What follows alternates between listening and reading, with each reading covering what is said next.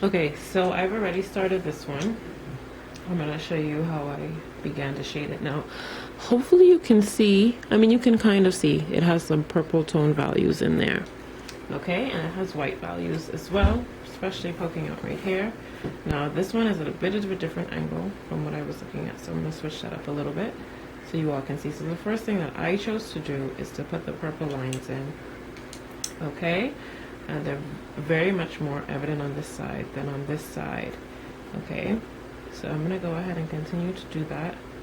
And I'm just looking because it's dark here and dark here is different. There are different areas where it's darker. Okay, and this is us going through the blending technique for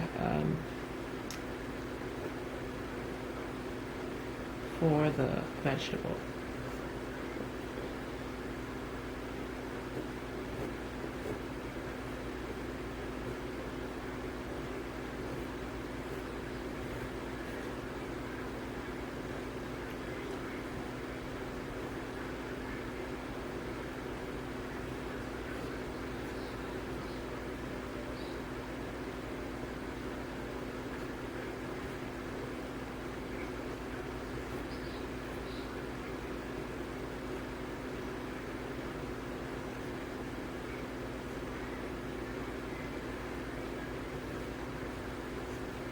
And as I come here, they start to get a little darker.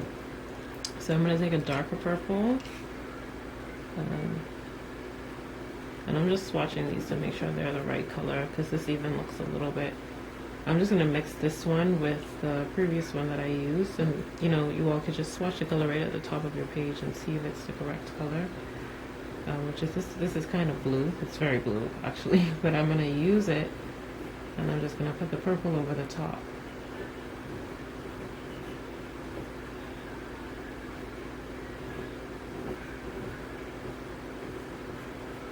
To make it look more purple.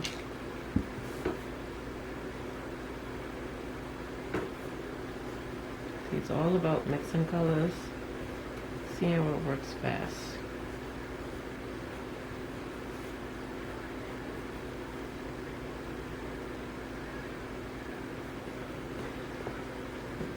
Okay, and so I'm just looking to see where these lines sort of fall, and they're coming in this direction as well, where they're super close together.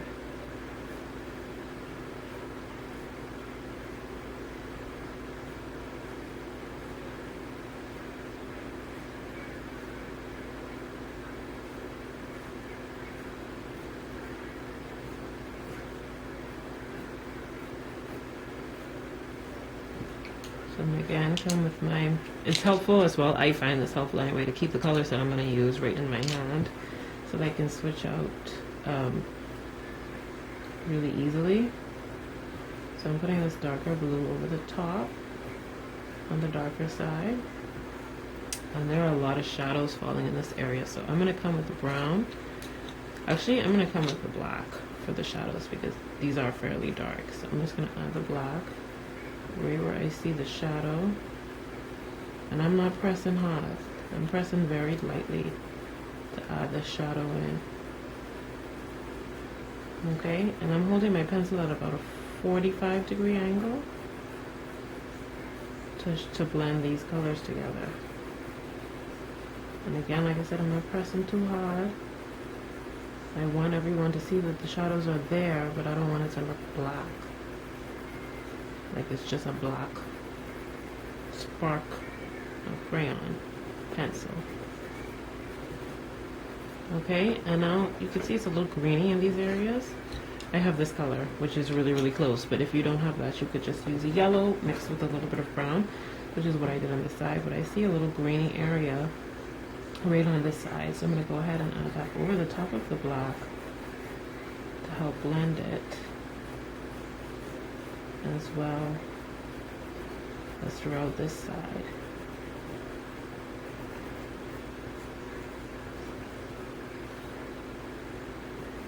See, because it's darker on this side,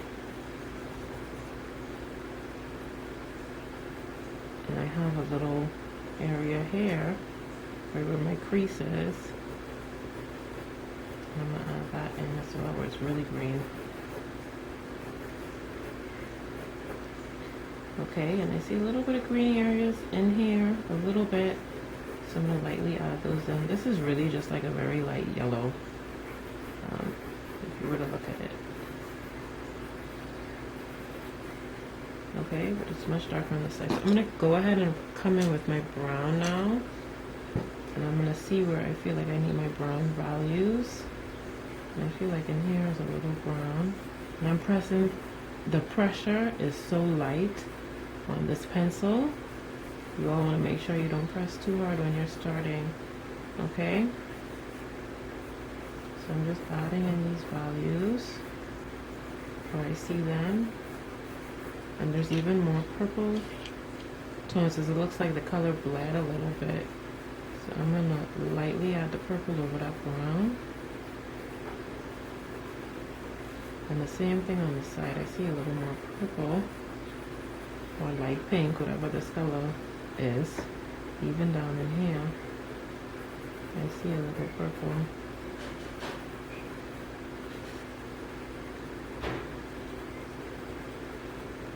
And you put the purple over this black because that's blending it really nicely.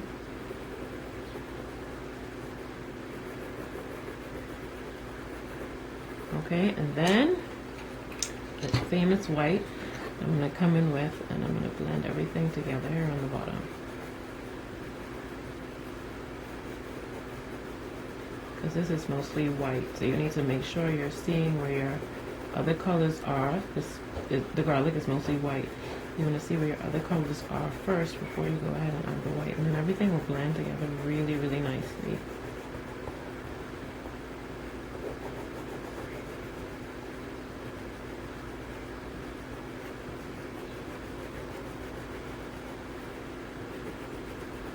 Your white may start to become a little dirty. You could just take some of the color off right at the top.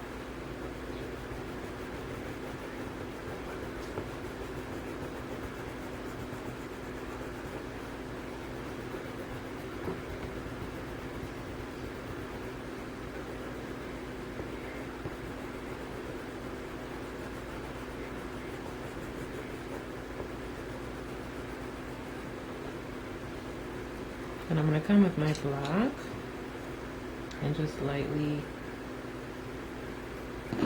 and my pink, and just lightly define the bottom line.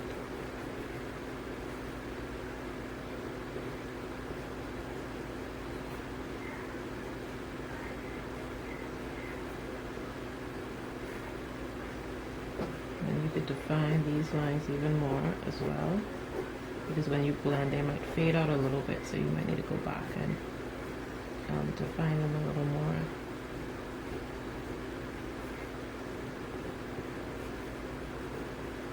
Okay, and then at the top I would alternate between my brown and my light yellow color. I'm going to blend that up. I'm going to shade this whole thing with this light yellow color because that looks just like what the color is.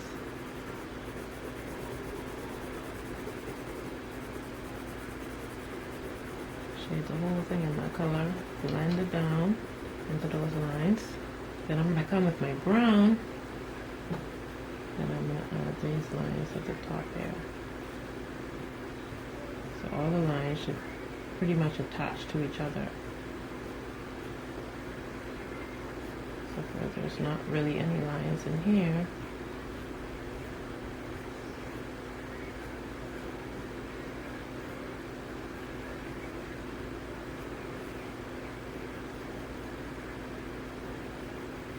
And add my shadow in there. And I have another shadow up here. I'm going to go where my shadow was and add a little black.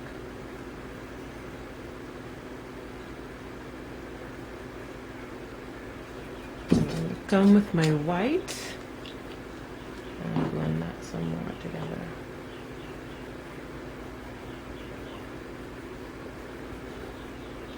Come back with my brown, so it's just a lot of alternating.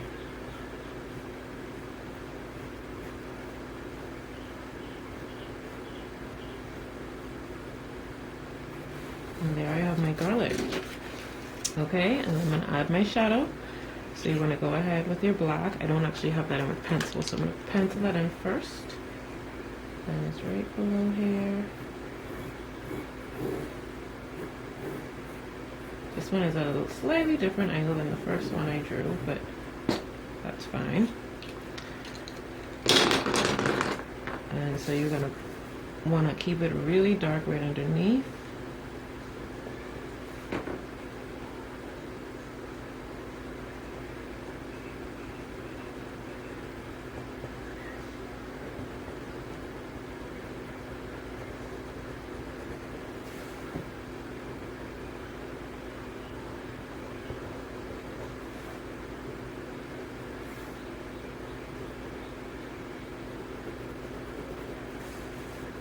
Okay, and then you could blend it out.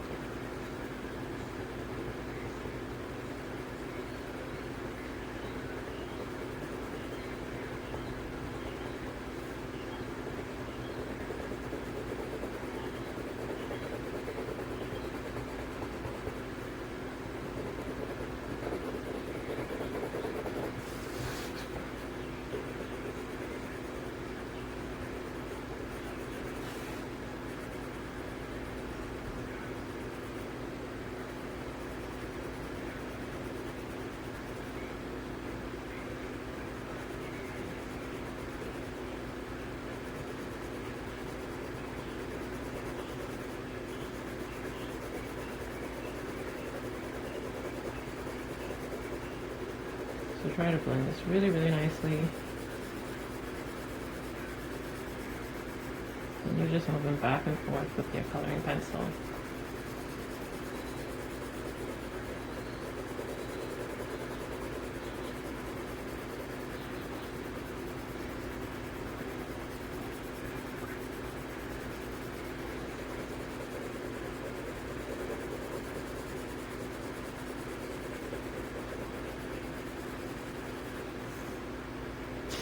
Okay, and that's your garlic.